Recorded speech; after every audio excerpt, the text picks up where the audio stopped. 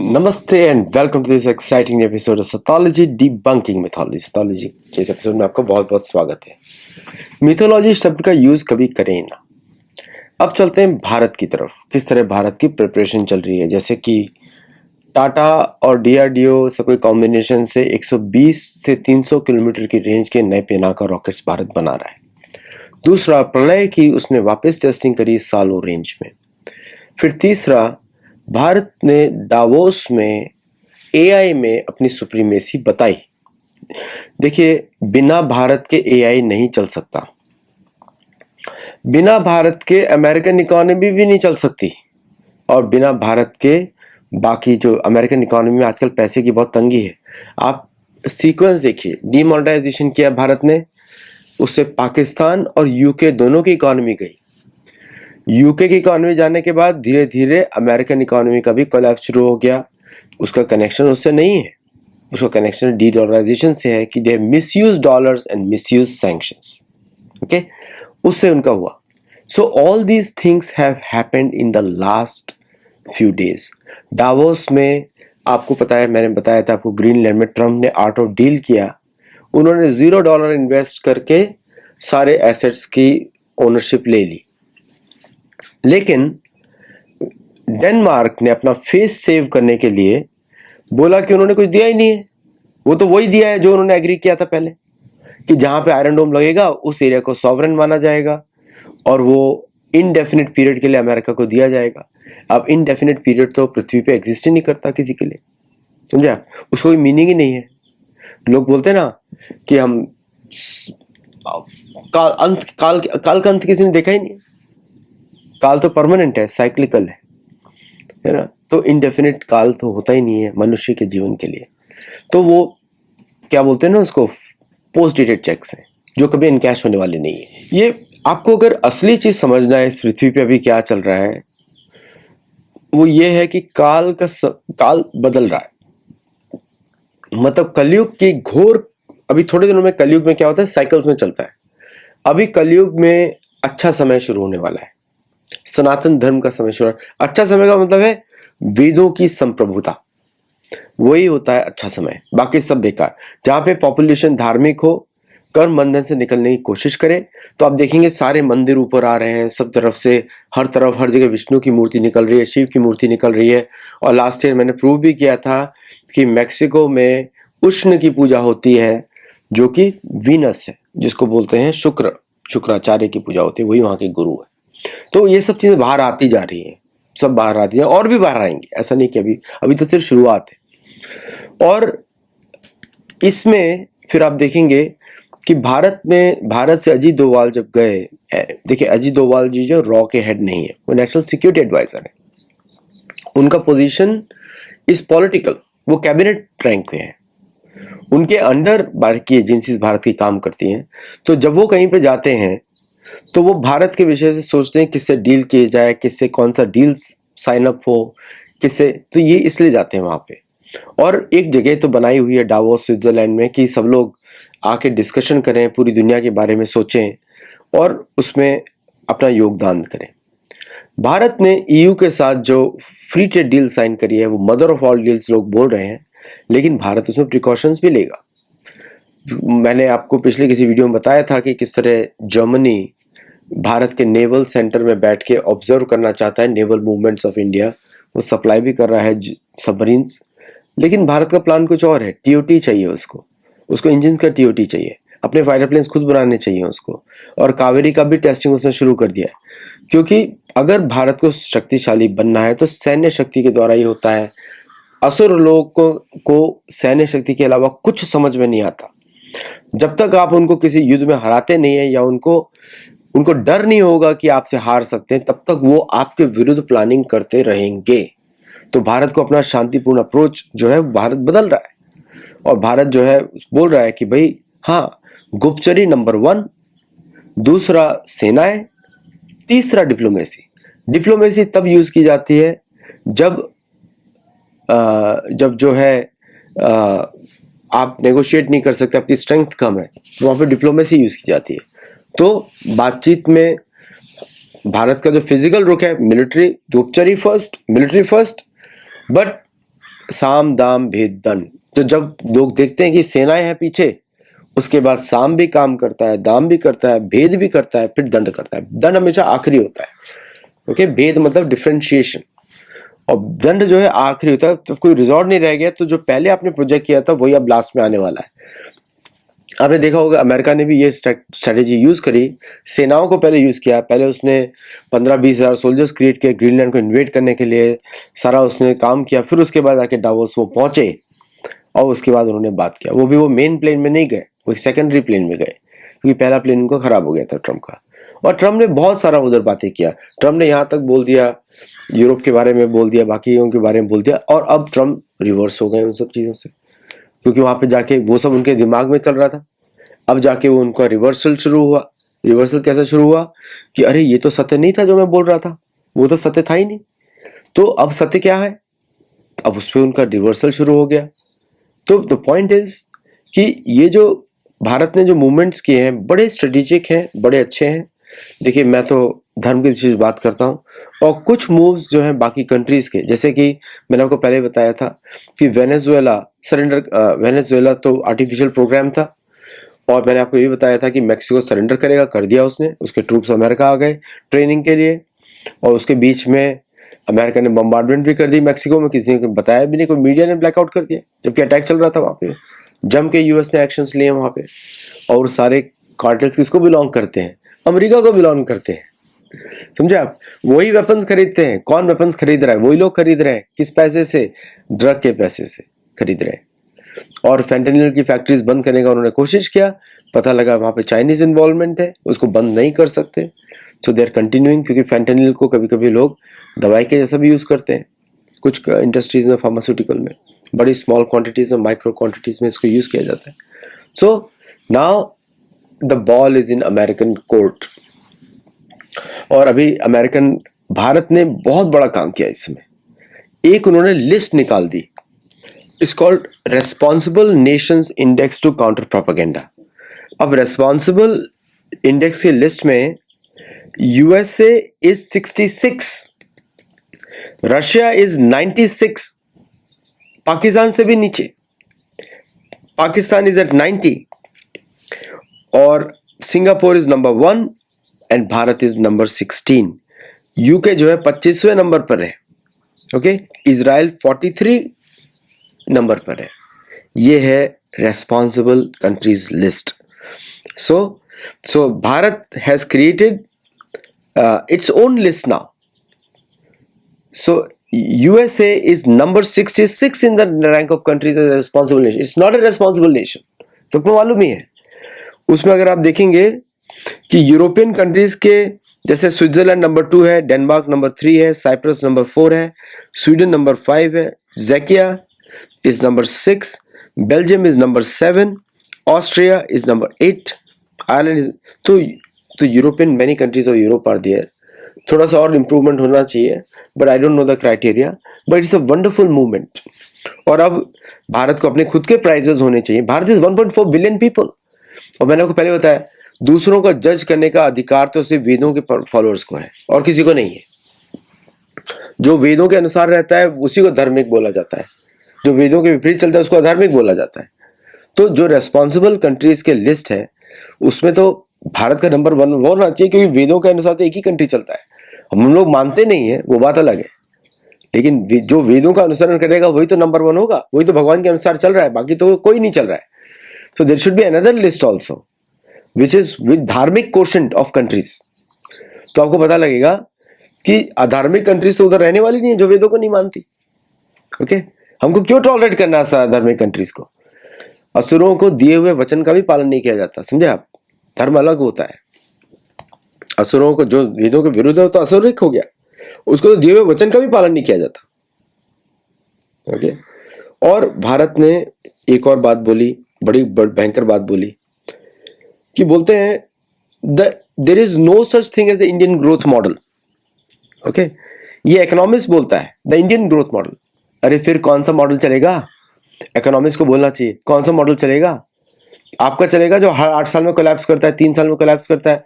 बिना लूटपाट के यूरोपियन जिंदा नहीं रह सकते, राइट? लूटपाट के बिना जिंदा नहीं रह सकते यूरोपियन और अमेरिकन। तो आपका मॉडल चलेगा। तो अमेरिकन मॉडल और वेस्टर्न मॉडल्स को बोलना चाहिए लूटपाट का मॉडल, उस पर स्पष्ट बात करनी चाहिए, because that's how it runs. I am not against anybody, I am just saying कि ये सब कमेंट्स आ रहे हैं। अब जर्मनी बोलता है कि मेरा गोल्ड अमेरिका में सेफ नहीं है, पूरी दुनिया बोल रही है भाई हमारे एसेट्स अमेरिका में सेफ नहीं है। फिर ट्रम्प ने डावोस से वार्निंग दी, अगर यूरोपियन कंट्रीज यूएस ट्रेजरी को ड्रॉप करती हैं तो हम खत्म कर देंगे सबको, विल ब्रेक। अब असलियत आ गई, पहले ड्रामा कर रहे थे, अब असलियत आ गई। डावोस में रहने के बाद 2-3 दिन में असलियत आ गई। और American citizen 21% American citizen feel that America is doing the right thing, 79% don't think that America is doing the right thing.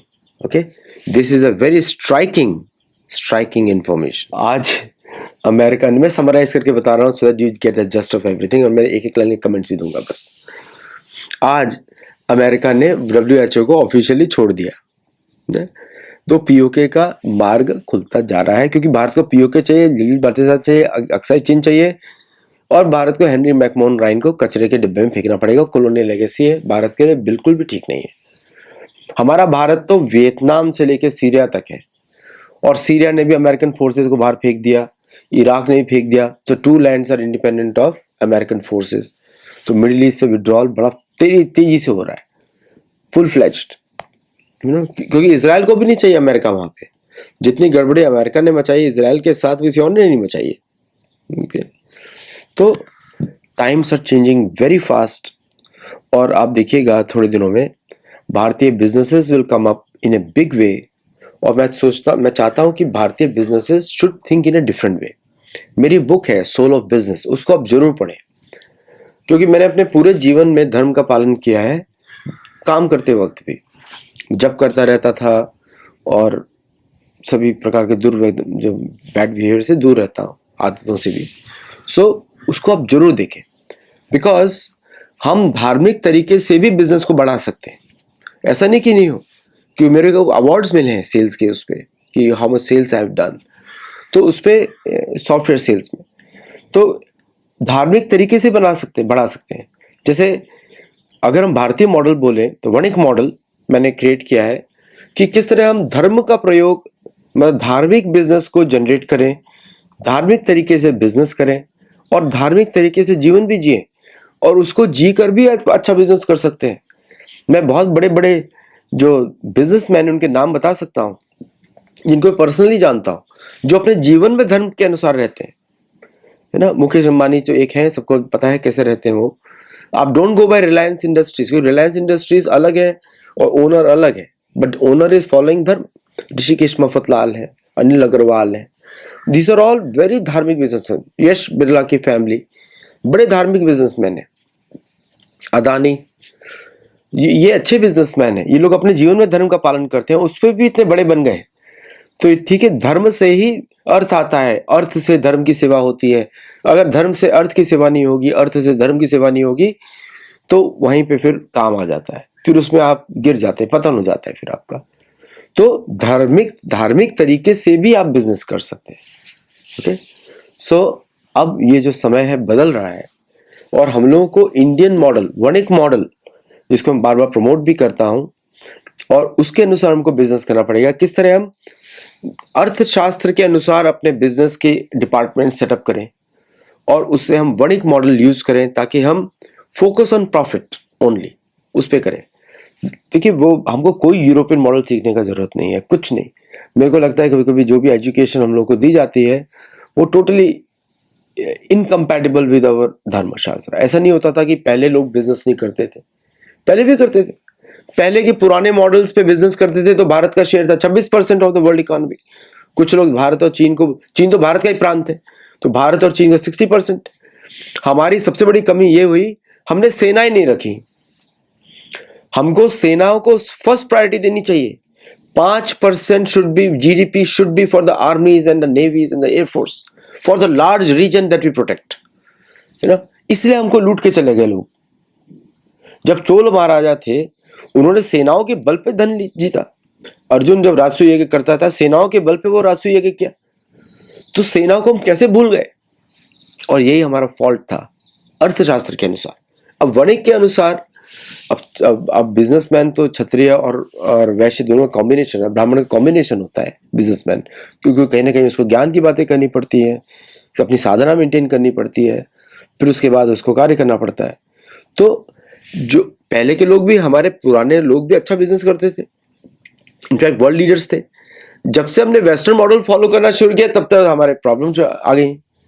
Cell sale sale sale sale sale, लोग थक जाएंगे, पक जाएंगे। अमेरिका में सेल्स कॉल आती है, मैं कितनी रिसीव करता हूँ, सारी छोड़ देता हूँ, because it's not the model. Aggression, sale sale sale. अभी क्या हो रहा है, ट्रम्प को चारों ओर से तमाचे तो पड़ रहे हैं और कुछ नहीं हो रहा। मैंने कल उसको काफी शोज में बोला, अच्छा आर्ट ऑफ डील किया, डेनमार्क को बेवकूफ बनाया वो, because to taunt the Europeans, कि जो उसने बोला आपके बारे में बिल्कुल सच था, स्टूपिड बोला उसने, सच था।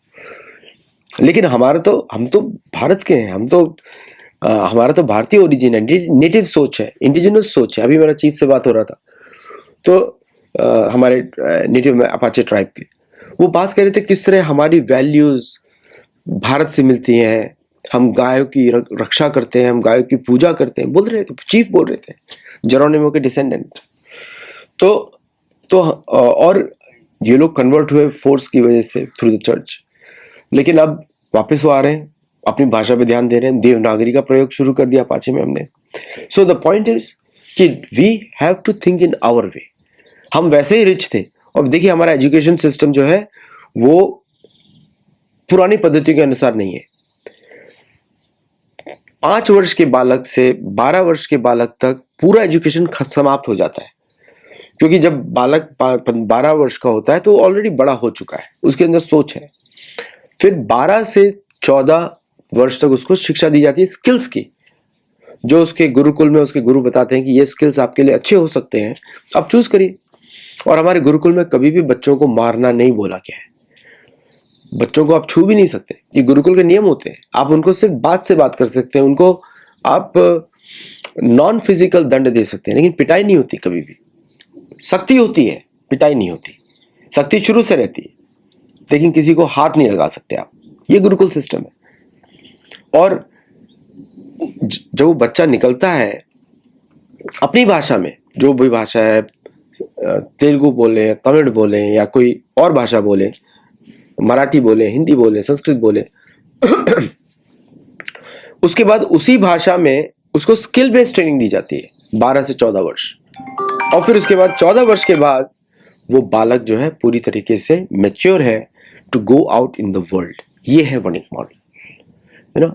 तो उसके बाद तो आप काम करें। अभी तो क्या होता है, 10+2+4+2+5, अरे बाप रे, मतलब कि पैसा कितना कमाना है, नोच रहा है, उसके माँ बाप को नोच के खा जाना है, उसके बच्चे को नोच के खा जाना है, तो कितना प्रेशर पड़ता है, परिवार टूट जाते हैं, फिर लोग बच्चे नहीं प्रोड्यूस करते, समाज टूट जाता है। देखा आपने प्रॉब्लम्स, और ये प्रॉब्लम्स किसने डाली हैं? वेस्ट ने डाली है इंडियंस के ऊपर, क्योंकि भारतीय लोग लॉ को फॉलो करते हैं। हमारी ट्रेनिंग है वेदों को फॉलो करने की, इसलिए हम लोग को लॉ को फॉलो करते हैं, हम लोग को धर्म लगता है। लेकिन हमारा धर्म तो कुछ और ही बोलता है, हमारी बुक्स तो कुछ और ही बोलती है। 14 वर्ष की आयु में बच्चा बालिग है, बच्चा can be married bye 16, ready होता है, उसकी प्रोडक्टिव एज कितनी बढ़ जाती है। अब वो अपने कर्मों के द्वारा, कुछ के द्वारा अपनी मुक्ति का भी साधन ढूंढ लेगा, फैमिली भी मेंटेन करेगा, उसको चिंता नहीं होगी कौन मेंटेन कर रहा है, और वो खुद ही उसके, फिर जब वो फ्री माइंड होता है, ही कैन मेंटेन मोर। सो इससे फैंटास्टिक अपॉर्चुनिटी कि अब हम भारतीय मॉडल्स को इंट्रोड्यूस करें। मैंने एक सुना है इंडियन नॉलेज सिस्टम है, वहाँ पे भी हम लोग को सतोलॉजी को बुलाएं, हम लोग भी वहाँ पे अपने व्यूज़ दें, ताकि आप, हम लोग तो शास्त्रों के अनुसार ही बात करते हैं, पुराणों के अनुसार, तो बताएं, हम लोग भी शेयर करें कैसे उसको प्रैक्टिकली इंप्लीमेंट किया जा सकता है इन द मॉडर्न कॉन्टेक्स्ट। तो बहुत चीज़ें चेंज करने की जरूरत है। इलॉन मस्क ऑलरेडी बोल दिया स्कूल कॉलेज की जरूरत नहीं, क्योंकि वो पहले बकवास थे, चर्च ने किए थे ताकि उनको इंडोक्ट्रिनेट किया जाए। भारत का मॉडल तो नहीं है। गुरुकुल मतलब गुरु का परिवार, कोई गुरु है पढ़ाता है, उसको रिकॉग्नाइज गुरु है, उसको प्रमाण पत्र दिया जाता है कि हाँ पढ़ा सकते हैं। आपकी एजुकेशन के बाद जो 2 साल की जो वोकेशनल ट्रेनिंग है, स्किल बेस्ड ट्रेनिंग है, वो यूनिवर्सिटी में होगी, बाकी नहीं होगी, बाकी अब आउट। आपको बता रहा हूँ गारंटीड, भारत से लीडर्स ही लीडर्स निकलने वाले हैं, छत्रे निकलने वाले हैं। मिलिट्री स्पेस, बिजनेस स्पेस, कोई भी स्पेस ले लें आप, भारत से लीडर्स निकलेंगे when we change adopt our भारतीय मॉडल। क्योंकि हम सोचते वेदों के द्वारा है, अब काम कर रहे हैं वेस्टर्न एजुकेशन के द्वारा, तो कहां से रिजल्ट आएगा? रिजल्ट ही नहीं आएगा। तो बच्चा क्या करेगा? रील्स बनाएगा। कितना फ्री टाइम होता है उनके पास? हमारे गुरुकुल में समय नहीं होता है, पढ़ रहा है, श्लोक पढ़ रहा है, फिर ये काम कर रहा है, गुरु के लिए लकड़ी लेकर रहा है, या जो भी सामान आजकल मॉडर्न समय जो करते हैं। नहीं तो रील्स पे थोड़ी बैठा 24 घंटा चैट कर रहा है। फिर उसमें डेटिंग सीन आ जाएगा वेस्टर्न मॉडल का, डेटिंग कर रहा है, कितना हेडेक होता है भाई, समझ रहे हैं आप? कितना हेडेक होता है, कितना एंग्जाइटी से भर दिया हमने अपने बच्चों को। तो ये टाइम है चेंज करने का, और भारत ने डावोस में दिखाया इस बार कौन है Bharat. And the only country which is shining from Davos is Bharat. हम तो अपने पर्सपेक्टिव से बात करेंगे, दूसरों के पर्सपेक्टिव से क्यों बात करेंगे?